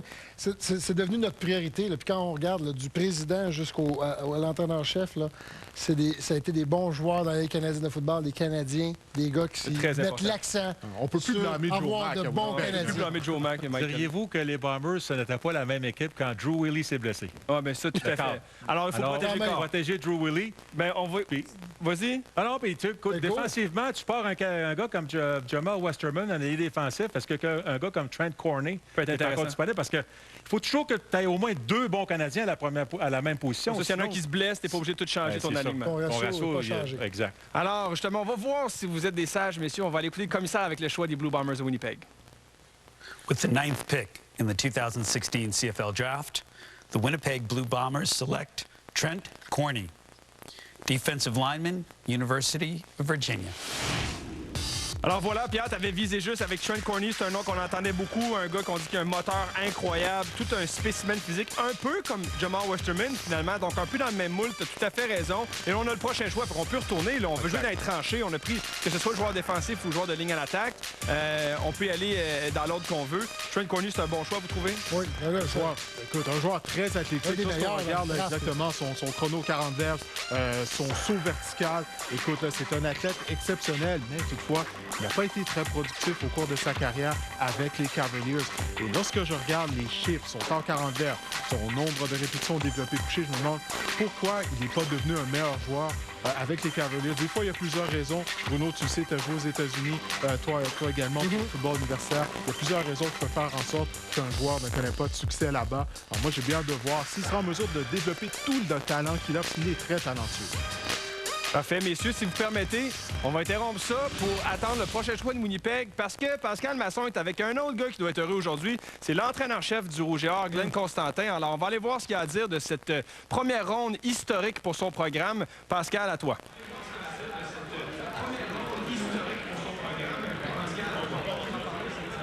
Donc, un autre moment historique dans l'histoire du Rouge et Or. Glenn, comment on vit ça aujourd'hui comme entraîneur-chef? Ben, je pense que le premier mot qui vient, c'est la fierté. Écoute, je pense qu'on recrute probablement la meilleure province de football au Canada. On les développe et ils deviennent des très bons contributeurs au football. Et pour moi, c'est un grand sentiment de fierté. Et c'est bon pour le programme de voir les anciens ici, les futurs joueurs. Et savoir que les 6 derniers joueurs de ligne sur les choix de première ronde, c'est quand même assez spécial. On vit un gros sentiment d'appartenance ce soir, comme tu dis. Les anciens qui sont ici, qui sont venus encourager les plus jeunes à voir s'ils vont venir les rejoindre dans leurs équipes respectives. Donc, encore une fois, on a parlé avec Carl en début d'émission. Le recrutement est une pièce maîtresse au Rouge et Or et les joueurs de ligne à l'attaque sortent année après année. Je pense que c'est un peu l'objectif à chaque année d'aller chercher les meilleurs joueurs de ligne. Hein? Oui, en effet. Je pense que qu'est-ce qu'il faut comprendre aussi, c'est que on a la meilleure... Je pense que j'ai vraiment une félicitation à tout le football dans la province, parce que les joueurs, les coachs de scolaires, civils et collégiens font un très, très bel job. Et nous, on ramasse un produit quand même assez poli. On doit prendre encore un petit peu plus. Et on peut développer des joueurs de ça. Je pense que le football professionnel est rendu quelque chose qui est plus accessible à tout le monde. Et je pense que les joueurs se préparent en conséquence, sont coachés en conséquence, et ça donne le produit comme ça. Félicitations à toi et toute l'organisation du Rouge et Or. On retourne à vous, messieurs. Merci beaucoup, Pascal, et à Glenn, et félicitations également. Puis je trouve ça quand même cool qu'ils disent ça, c'est vrai, parce que c'est un témoignage du produit football québécois, donc l'ensemble des programmes amateurs, collégiaux, qui justement développent des bons jeunes joueurs de football. Puis on le voit chaque année, les gars, les tournois, là, les U17, les U18, les championnats canadiens, tout ça. Le Québec rafle pratiquement tout le temps, donc c'est vraiment toute qu'une machine de football qu'on est sur le Québec, c'est pas surprenant. Très bien représenté sur Team Canada, année après année. La province du Québec est souvent la province qui fournit le plus, avec l'Ontario quelquefois, mais souvent c'est le Québec qui fournit le plus de talent en Team Canada. C'est pas rien, là. Messieurs, Michael Couture, joueur de ligne à l'attaque de Simon Fraser, a été sélectionné au 10e rang total par les Blue Bombers de Winnipeg. Donc, comme vous aviez mentionné, on a donc été dans les tranchées, d'abord avec un joueur de ligne défensive et ensuite avec un joueur de ligne à l'attaque. Donc, deux excellentes acquisitions pour eux. On renforce, en fait, où on a besoin de plus d'armes du côté des Blue Bombers. Ça permet de solidifier une ligne à l'attaque qui en a définitivement besoin. Garder Drew Lee en santé, le mot d'ordre, tu l'as mentionné, Pierre, c'est un très bon choix. D'ailleurs, c'était probablement le meilleur joueur de ligne à l'attaque qui restait disponible présentement. Ouais, je vois pas comment la protection du côté des Bombers peut être pire qu'elle a été au cours des dernières années. On a changé de coordinateur à l'attaque et ça devrait grandement aider. Puis le système offensif qu'on avait, la protection, ça fonctionnait pas, mais ça fonctionnait pas du tout. Combien de fois on en a parlé? Ouais, on a parlé souvent. On en a parlé exactement durant l'année dernière, donc on peut juste s'améliorer à ce point de vue-là. Marcel Bellefeuille qui a quitté, qui a été remplacé par Paul Lapolice, lui qui voulait faire un retour dans une équipe, lui qui était analyste à TSN depuis quelques années, mais qui est toute une tête de football, qui a été entraîneur-chef, ça n'a pas très bien fonctionné, mais il était avec les Blue Bombers, il n'y avait pas beaucoup d'outils avec lesquels travailler, on ne l'a pas beaucoup aidé. Ouais. Là, cette fois-ci, il y aura de meilleurs joueurs à sous la main. Drew Lee a tout le talent en de devenir carrière étoile dans la Ligue canadienne. Je crois que ça saute aux yeux, mais il doit rester en santé. Mais là, depuis 2 ans, entraîneurs. Goosen, Chung, et là, tu as Couture, on repêche quand même des bons joueurs de de ligne à l'attaque depuis 3 ans et ça va payer tranquillement. Et c'est ce qu'il faut faire, Pierre, pour sortir du trou du côté des Blue Bombers. Ça fait vraiment des années, semble, qu'on n'est pas capable de sortir de cette parce que position-là. pendant des années, puis Didier l'a dit, Joe Mack, là, il a fait faillite avec ses joueurs canadiens. Il y avait des joueurs vedettes du circuit universitaire canadien qu'il ne connaissait même pas. Wow. Non seulement il était mauvais, il faisait pas ses devoirs, il avait zéro respect pour le football canadien, puis ça a apparu. Ça a donné ça. Alors là, tranquillement, pas vite, on recommence, puis ils font du bon travail. C'est du bon repêchage qu'ils font depuis 3 ans. Exactement. Mais ça prend du temps à se développer là, aussi. Parce qu'on le dit, les meilleures équipes dans la Ligue canadienne, c'est celles qui sont en mesure d'aller chercher le meilleur talent canadien. Ouais. Et donc, ce repêchage-ci, aujourd'hui, c'est extrêmement important pour l'avenir de cette organisation-là. D'ailleurs, plus avisé qu'on attend le deuxième choix des Alouettes. Après ça sera tout pour notre émission spéciale de Blitz aujourd'hui. Mais on va quand même attendre le choix, voir où les Alouettes vont se diriger pour ce deuxième choix-là. Ça va être intéressant. On est allé avec un joueur de ligne offensive pour le premier tour. Ce serait même pas surprenant d'avoir un autre joueur de ligne offensive s'il aime ça. Je sais qu'il aime bien ça. Non, moi je le dis, demi-défensif pourrait être un bon choix aussi parce qu'on a laissé aller Knowles. Delaurier parti, receveur canadien. On écoute le choix des Alouettes. 16 CFL draft. The Montreal Alouettes select Wayne Moore, running back, McMaster University. Alors voilà, choix quand même surprise, on peut le dire. Wayne Moore, porteur de ballon qui avait connu, lui, tout un match, si vous vous en souvenez, dans la finale de la Coupe Vanier face au Carabin de Montréal, a fait un long toucher. Alors, toute une performance de sa part lors de ce match-là. C'est un bon porteur de ballon. Quand même surprenant pour les Alouettes d'aller dans le champ arrière. Bon, on avait un besoin à la position de demi à l'attaque canadien. Souvenez-vous, il y a quelques années, on a repêché Steven Lumbala. Il a pris sa retraite en raison de commotion cérébrale. Et au fil des ans, on avait Éric Lapointe. Ensuite de ça, Darren Diedrich. On a toujours eu un demi à l'attaque réserviste canadien qui faisait en sorte que s'il arrivait quelque chose à notre partant, on pouvait insérer ce Canadien-là dans la formation. Lorsqu'on regarde la formation des Alouettes, présentement, on n'avait pas cet homme-là. Alors... Les Canadiens, c'est tous des gros centres. C'est ça, on a des centres Jean-Christophe Beaulieu, ces gars-là. Samuel Blanc. Les gars, il nous reste environ une minute. Vos commentaires sur ce repérage? Un repérage que pour moi était un petit peu sans surprise dans la mesure où on savait que ça pourrait être dominé par des joueurs de ligne à l'attaque qui avaient beaucoup de talent et ça a été le cas jusqu'à l'avant-dernier choix. Oui, bien. Ouais, même chose. Puis les équipes. Pas Edmonton qui ont pris une chance sur un gars qui s'en va dans la NFL. En général, les gars qui sont déjà sous contrat pour la NFL, bien, c'est clair, normalement, tu recules dans le repêchage. Les équipes ont été disciplinées, ils n'ont pas été tentés. Ils ont pris un gars qui pourrait les aider immédiatement. Ouais.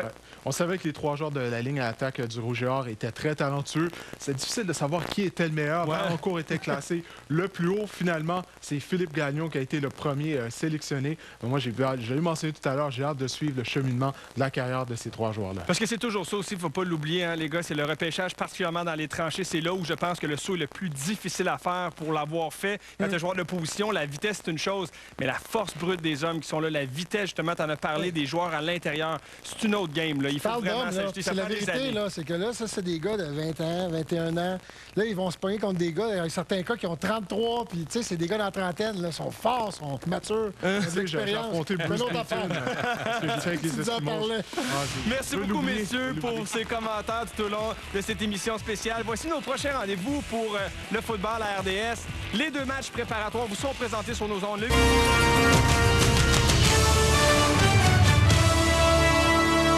Bon début de soirée. TVA est en deuil. La classe politique est en deuil. Le Québec est en deuil.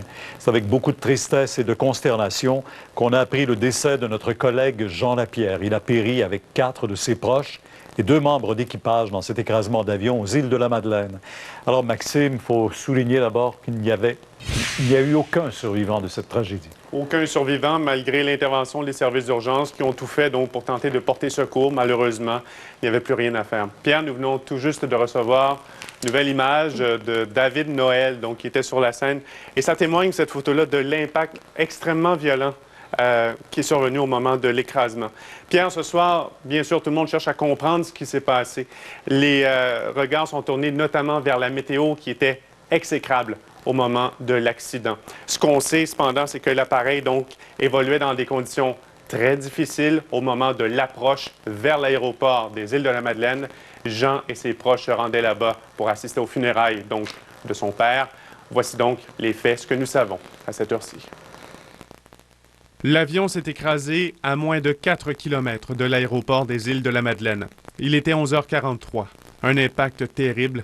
L'appareil s'est disloqué en touchant le sol. Donc, on parle d'un avion privé qui a fait une baisse drastique d'altitude tout d'un coup. L'avion s'est ensuite percuté une élévation du sol, là, a été très fort de ce côté-là.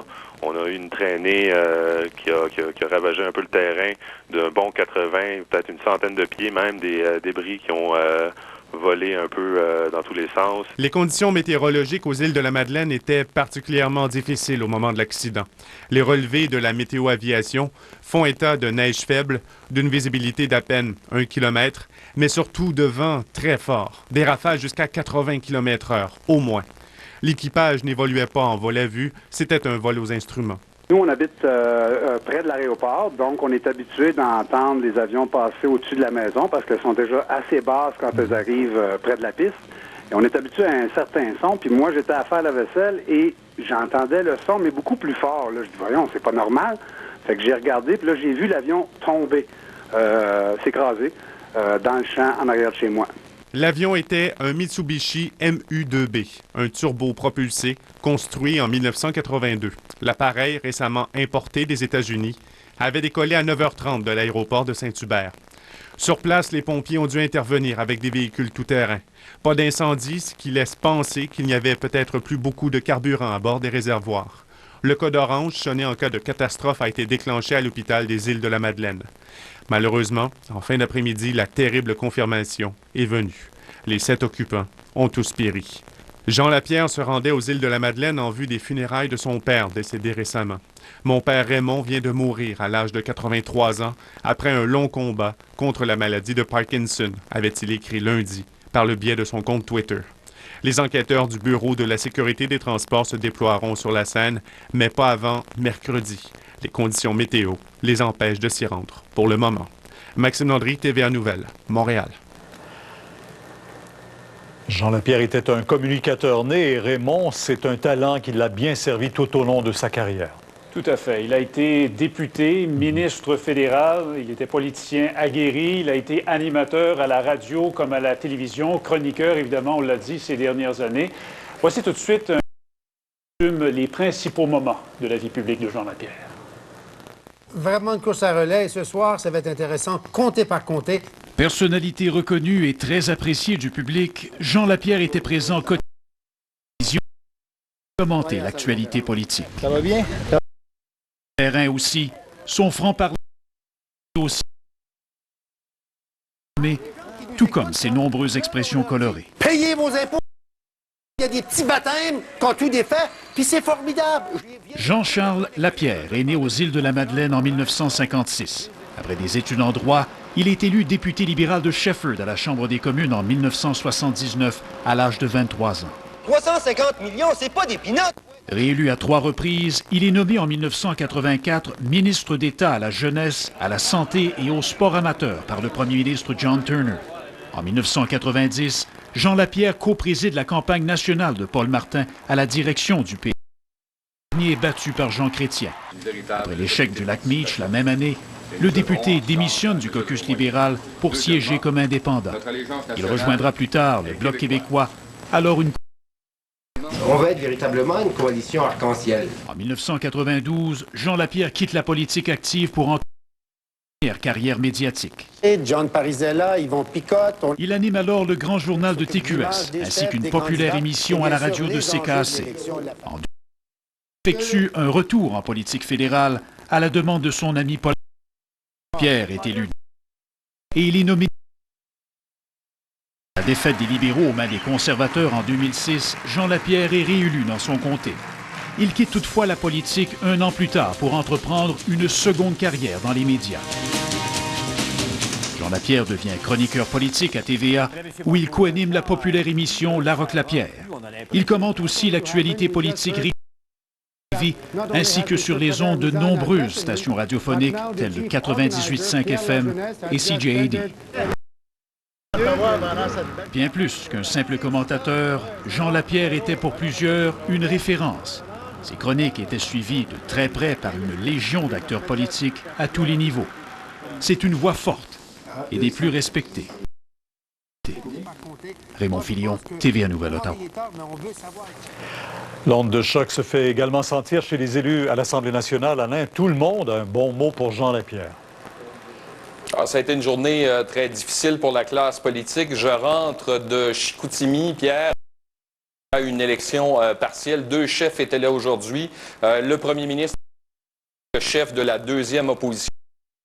Lorsque les rumeurs ont commencé en début, à savoir qu'est-ce qui arrivait avec notre collègue Jean Lapierre, le premier ministre Philippe Couillard a eu un premier commentaire avant que la nouvelle soit confirmée en disant que c'était une tragédie épouvantable. Il vient d'écrire sur son fil Twitter « Tu étais aimé et admiré. Merci pour tout ce que tu nous as donné. » Il va faire une réaction officielle demain à l'entrée du Conseil des ministres. Tout le monde parle d'un homme passionné de son métier, d'un homme positif. Je vous fais entendre quelques réactions. Je trouve que ses critiques étaient constructives. C'est un homme qui était positif. Et c'est certainement quelque chose qui fait de lui un être singulier. Et c'est probablement également la raison pour laquelle tous les politiciens, tous ceux qui se sont engagés dans le service public avaient une très haute estime de lui. Plus suivi, effectivement. Il était écouté. Hein? On essayait tous de l'influencer d'une certaine façon. Puis il y avait sa façon, là, quand on arrivait avec lui, de nous dire « Salut, salut, comment ça va? » Je peux pas croire là, qu'on le verra plus. C'est un homme passionné, hein? Un homme passionné et passionnant. Quand on le rencontrait, d'abord, c'était toujours agréable. Hein? D'abord, il parlait à tout le monde, hein, peu importe les partis politiques dans lesquels on se trouvait. Il nous faisait quelques confidences et je le soupçonne par cette stratégie, cette tactique de vouloir qu'on en fasse à notre tour. Médiatique, il occupait un espace que personne d'autre occupait. Il n'y a aucun doute dans mon esprit, en tout respect pour les autres, il était le mieux informé de tous les analystes politiques au Québec, autant des petites choses que celles qui paraissaient plus grandes. Jean Lapierre était celui qui avait probablement le meilleur carnet de contacts politiques au Québec et surtout l'être le plus généreux avec ses collègues. Moi, pour avoir eu beaucoup de conversations avec lui, il va me manquer énormément. Vraiment. On garde tous un très bon souvenir de Jean, particulièrement son cartable, son petit calepin noir aussi, dans lequel il prenait tant de notes et surtout de références avec tout ce qu'il avait entendu, avec les mots justes d'ailleurs. Il aimait citer les gens. Voilà.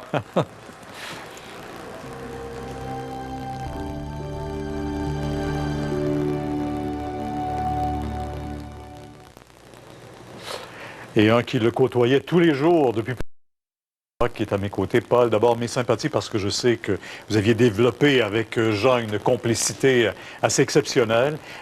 C'est une lourde perte personnellement pour vous et évidemment pour TVA. On vit tous un deuil aujourd'hui. Absolument. Et Pierre, on s'en rend compte, le Québec en entier est secoué par cette nouvelle et est en deuil en ce moment. Moi aussi, au plan personnel, j'ai eu, évidemment, c'est cruel là, ce qui vient d'arriver. Jean j'y ai parlé hier, était content de pouvoir aller plus rapidement aux Îles-de-la-Madeleine pour épauler sa mère pour l'enterrement de son père qui est décédé vendredi dernier. Et puis, il le fait, mais Jean Lapierre était un géant dans tout ce qu'il a fait dans sa vie, toutes les phases de sa vie. Comme chroniqueur politique, il y a eu Jean Lapierre, il y a eu les autres. Alain soulignait sa capacité de se faire des contacts dans tous les partis politiques et se faire respecter. Moi, j'ai été témoin à quel point il était celui vers qui les gens se tournaient dans les bons moments comme dans les mauvais moments et tous les partis politiques. C'est exceptionnel. Au plan personnel, Jean était probablement le meilleur père de famille que j'ai rencontré de ma vie. Il était un exemple dans toutes les phases de sa vie. Je le disais, Pierre, c'est cruel. La vie vient de nous arracher Jean Lapierre aujourd'hui. Tout ce que je peux vous dire, Pierre, c'est que je tiens quand même à remercier la vie de m'avoir permis de côtoyer, de connaître Jean Lapierre et d'être son ami et de travailler tous les jours avec lui. Ben, bonne chance à vous. Puis, on garde tous un excellent souvenir de Jean qui était, vous l'avez dit, surtout extrêmement généreux. Et travaillant. Ouais. Nous sommes tous des passionnés, mais j'ai jamais rencontré quelqu'un d'aussi travaillant, aimant la vie comme Jean, parce que Jean bouffait la vie à chaque seconde, était une boule d'énergie qui nous perdait dans le décor tellement rien ne l'arrêtait, aucun effort. Mais c'est quelqu'un qui appréciait la vie, chaque seconde de la vie. Puis, il faut lui rendre grâce aujourd'hui. Il a changé la vie de bien des gens. Parce que Jean Lapierre en public, mais j'ai eu la chance de voir le Jean Lapierre en privé également. Je vous parlais avec sa famille, entre autres choses. Mais si vous saviez combien de gens il a aidé au cours de sa vie, sans que ça se sache. Là. Mais des gens qui vivaient des moments difficiles en quittant la vie politique. Exactement. Ou d'autres choses aussi. Il était très près du monde des affaires aussi. Les gens ignorent ça, mais il connaissait tout le monde. Ses contacts étaient partout. Partout dans toutes les sphères de la société. Et je peux le dire sans tromper, mon ami Jean Lapierre était sur la courte liste des géants. Des géants du monde des communications et de la politique au Québec. C'est un dur coup, c'est une très, très lourde perte pour le Québec, puis pour tous ceux... Et mes pensées accompagnent la famille, Pierre. C'est quel drame terrible. Imagine un instant sa mère qui a perdu son mari vendredi et aujourd'hui perd 4 enfants. Et mes pensées accompagnent aussi la famille de Nicole, sa conjointe que je connaissais très, très bien. Vraiment mes sincères condoléances à tout le monde. Merci beaucoup. On garde tout ça. Il y a deux mots qui vont nous manquer. Salut, salut. Le salut, salut. Et connaissant Jean, parce qu'à chaque fois qu'il allait en public, et Jean était croyant et allait souvent à la messe, et s'installait sur le parvis après la messe pour serrer des mains et prendre le pouls de la population. Connaissant mon ami Jean, je suis convaincu, quand il est arrivé en haut un peu plus tôt aujourd'hui, il s'est installé sur le parvis puis il serrait des mains encore. Salut, salut Jean. Pour être bien accueilli, pas de doute là-dessus. Merci.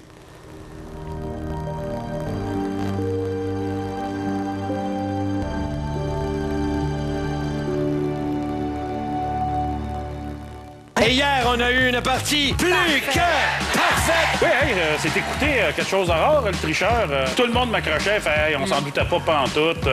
Une belle gang de naïfs qui t'écoutent, je trouve. Le tricheur, en semaine 18h30. Être parent, ça s'apprend au 24e Salon Maternité-Paternité-Enfants présenté par Jean Coutu. Plein de nouveautés pour les familles, les femmes enceintes et les enfants de 0 à 6 ans. Du 7 au 10 avril, place Bonaventure. Vive les bébés! Bonjour. J'ai un colis pour Patrick Morin. Ah, non, il n'y a pas de Patrick Morin ici. Oui. Non. Ben oui. Ben non. Oui. Je connais le nom de mon mari, quand même. Hey! Hein? C'est pour moi, ça. Merci. Faites de vous un Patrick Morin. Nous avons plus de 40 000 produits, plus de 20 magasins et les meilleurs conseillers. Patrick Morin, le centre de la rénovation. L'été, le soleil, la famille, les amis. En profitez pleinement. Le bonheur, c'est de voir dans leurs yeux qu'ils sont heureux. Club Piscine, c'est 100% plaisir depuis 25 ans.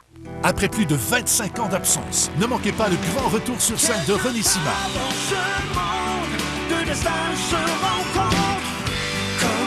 Un spectacle avec ses nouvelles chansons et ses plus grands succès. Venez vivre une soirée inoubliable.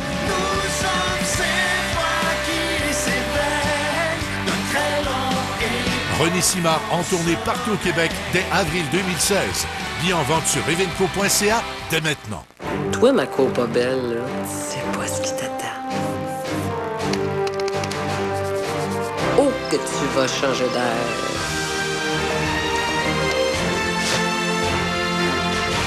C'est pas évident, mais je vais t'avoir.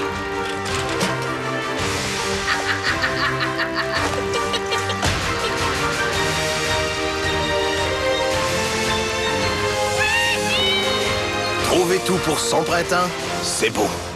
Hey, toi, finalement, tu l'as pris où ton pick-up? Paillé! OK, paillé, ben ouais, c'est sûr. Paillé, c'est le centre du camion GM au Québec.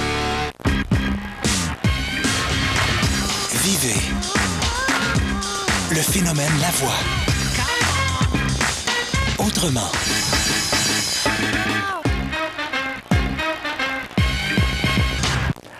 On sait que Jean a toujours été très aimé du public. Cindy, d'ailleurs, c'est le choc pour bien des gens. Qui vous avez appris la nouvelle qui a été accueillie avec beaucoup de tristesse?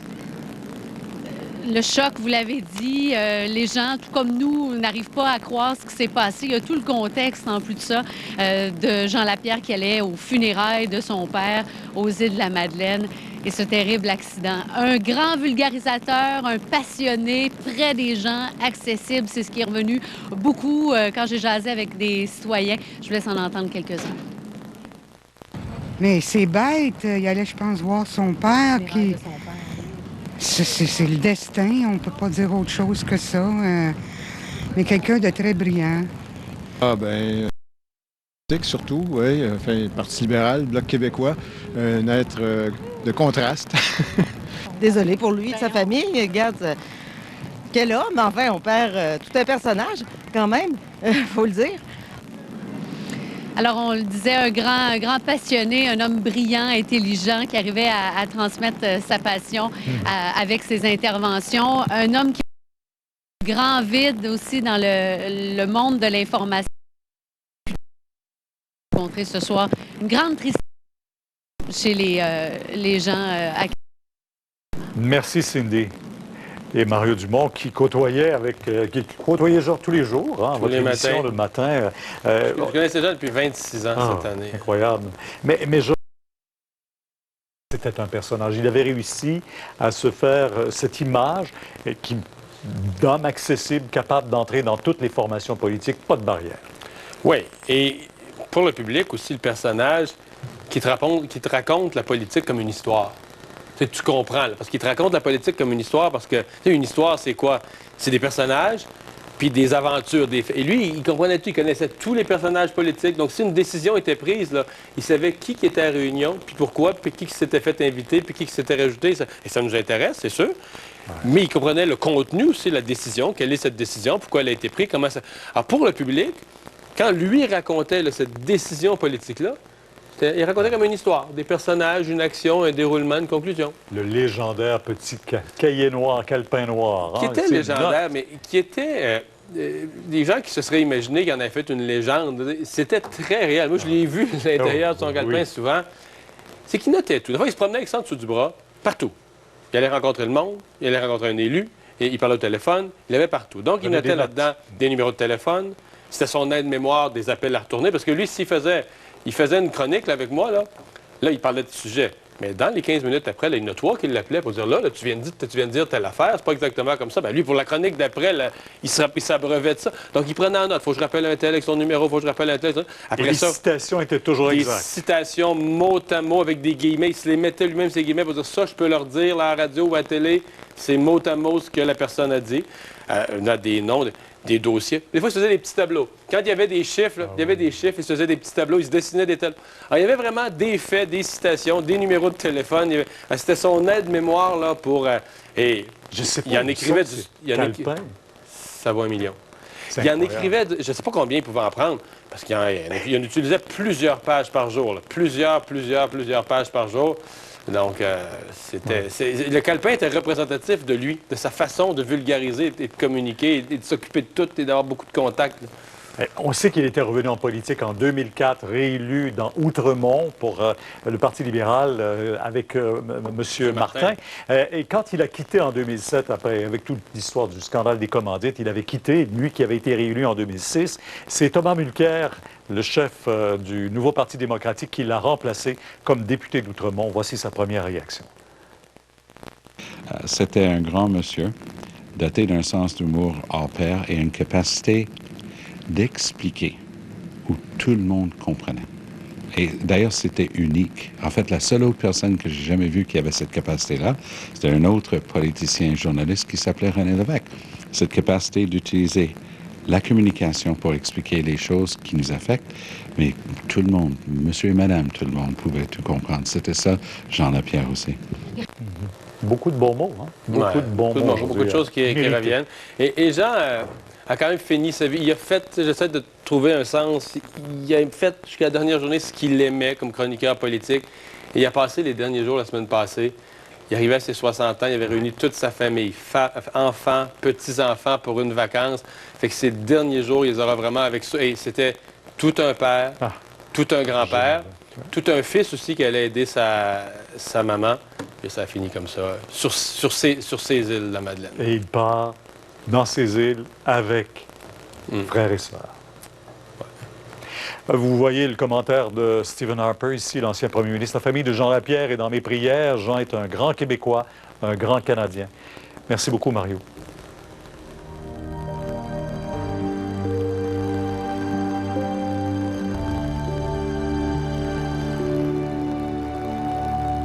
Sous-titrage vous est présenté par Maximus, le spécialiste en mode masculine de grande taille au Québec allant de 1XL à 6XL. Maximus, fier d'exprimer notre style.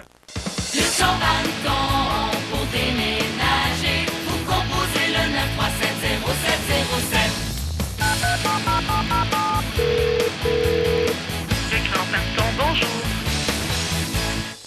9370707. Coca-Cola présente le calendrier des événements Evenco. Duran Duran, Dream Theater, Monster et FMX Spectacular. Une soirée avec Santana, Headley, James Taylor. Réalises-tu qu'avec ces bardeaux d'acier, on n'aura plus jamais besoin de refaire le toit? Tu voulais que ça dure? Oui, ces bardeaux d'acier Wakefield Bridge, ils coudront pas, ils seront pas arrachés par le vent et ils accumuleront pas de neige. Puis ils sont beaux. Et ils ont une garantie transférable de 50 ans. Dommage que j'ai pas la même garantie avec toi, hein, chérie? Les bardeaux d'acier Wakefield Bridge ont une garantie de 50 ans, durent plus longtemps et vous sauvent beaucoup d'argent. Wakefield Bridge, vous n'aurez plus jamais à refaire le toit. Les invités de Piment Fort n'ont rien à perdre, mais beaucoup de piment à gagner. Qu'est-ce qui est indispensable à une partie de soccer d'enfant? Ben, un enfant, sinon t'as l'air d'un vrai maniaque. Piment Fort, du lundi au jeudi, 19h à TVA. Le moment que vous attendiez depuis si longtemps est enfin arrivé. Soyez prêts pour une finale stupéfiante, époustouflante et bouleversante. La grande finale du Dôme, mardi 20h.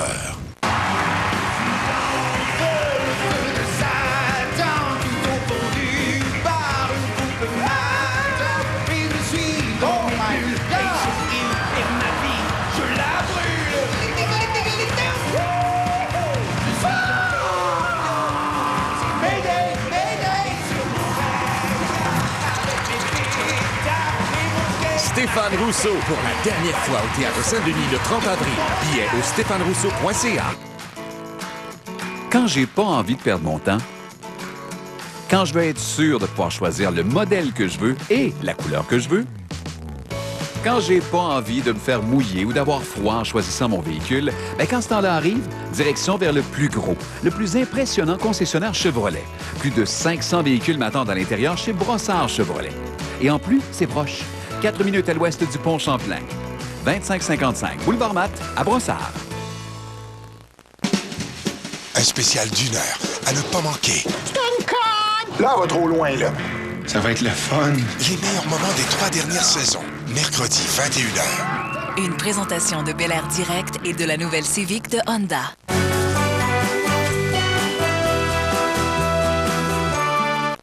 Le maire de Montréal, Denis Coderre, qui a siégé avec Jean Lapierre comme député libéral, est évidemment bouleversé. Et Yves, d'ailleurs, le maire de Montréal avait écrit pas plus tard qu'hier à Jean. Et ce soir, Pierre, je suis sur la rue Laurier à Outremont parce qu'on sait Jean a été député élu en 2004 ici dans le comté. Et ce soir, les gens que j'ai pu croiser sont effectivement bouleversés, comme l'est le maire Coderre. Quand il s'est présenté devant nous tantôt, j'ai senti M. Coderre était particulièrement ému et ébranlé parce qu'effectivement, ça fait longtemps qu'ils se connaissent. Ils ont siégé comme députés à Ottawa et se sont côtoyés notamment entre 2004 et 2007. Denis Coderre qui nous a raconté une petite anecdote. Il s'était rendu aux Îles-de-la-Madeleine, avait promis à Jean de rencontrer son père et sa mère, ce qu'il a fait. Je fais entendre le maire Coderre. C'est tough parce que je lui ai écrit hier. Pour moi, Jean Lapierre, c'était un ex-collègue, mais c'était un ami. Évidemment, on l'a connu haut en couleur. C'est quelqu'un qui nous forçait à redéfinir le mot incontournable quand il faisait ses chroniques. C'était quelqu'un, c'est un épicurien, c'était un passionné. Et personnellement, j'offre mes condoléances, Pierre, aux proches de Jean, sa fille Marianne, évidemment, notre collègue de travail. Alors, Jean m'a beaucoup apporté sur le plan professionnel et je remercie beaucoup Jean pour ça. Merci, merci. Denis, vous allez poursuivre avec beaucoup de témoignages ce soir. Oui, vous serez avec moi, Paul Larocque, Mario Dumont, des gens de l'équipe de la famille de TVA, ébranlés, bien sûr, des gens de la radio aussi, avec qui il travaillait, entre autres Paul Oud, qui sera avec nous, Jean Cournoyer, avec qui il a travaillé de longues années, qui était sous le choc d'apprendre ça lui aussi. On va parler de l'homme derrière l'image, parce qu'on a connu l'homme. Oui. C'est un homme très attachant, puis c'est un homme assez substantiel dont on va vous parler ce soir. Voici comment adopter J5 en 15 secondes. Téléchargez-la gratuitement sur vos appareils, choisissez 5 thèmes, 5 chroniqueurs et configurez vos alertes. J5, acclamé par les experts, adoré par ses utilisateurs. La fenêtre, c'est une ouverture vers la lumière. La porte, une ouverture vers le monde. Porte et Fenêtres Verdun est une entreprise familiale fabricant détaillant qui offre les plus hauts standards de performance et d'esthétisme. Porte et Fenêtres Verdun, on installe la confiance depuis 1960.